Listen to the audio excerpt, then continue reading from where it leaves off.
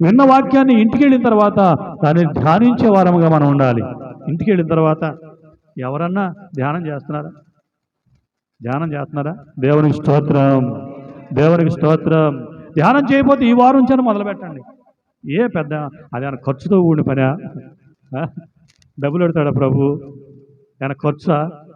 ఇంటి దగ్గర కూర్చొని మీ పనులన్నీ అయిపోయిన తర్వాత సాయంకాలం పూట కాసేపు పనులన్నీ అయిపోయిన తర్వాత ఆ టీవీ చూసే బదులు, ఫోన్ చూసే బదులు కాసేపు కూర్చొని మీ 4-5 కుటుంబ సభ్యులు కూర్చొని వాక్యాన్ని ఇవాళ అయ్యగారు ఏం చెప్పారు, ఇలాగ ఈ మాట చెప్పారు, ఈ మాటలో మనం విశేషమైన జాగ్రత్త కలిగి జీవించాలి, ఇలా ఉంటే ఇలాగ మేలు జరుగుతుందని పరిశుద్ధాత్మ దేవుడు మనతో చెప్పారు కదా అని ఆ వాక్యాలను ధ్యానం చేసుకుంటా, వాక్యాన్ని చెప్పిన వాక్యాలన్నీ కూడా చదువుకుంటా ఉంటే ఆ వారం అంతా మీ కుటుంబంలో ఎంతో సంతోషం, ఎంతో ఆనందం, ఎంతో అభివృద్ధికరమైన కార్యాలు కూడా జరుగుతాయి. దేవునికి స్తోత్రం, దేవునికి స్తోత్రం.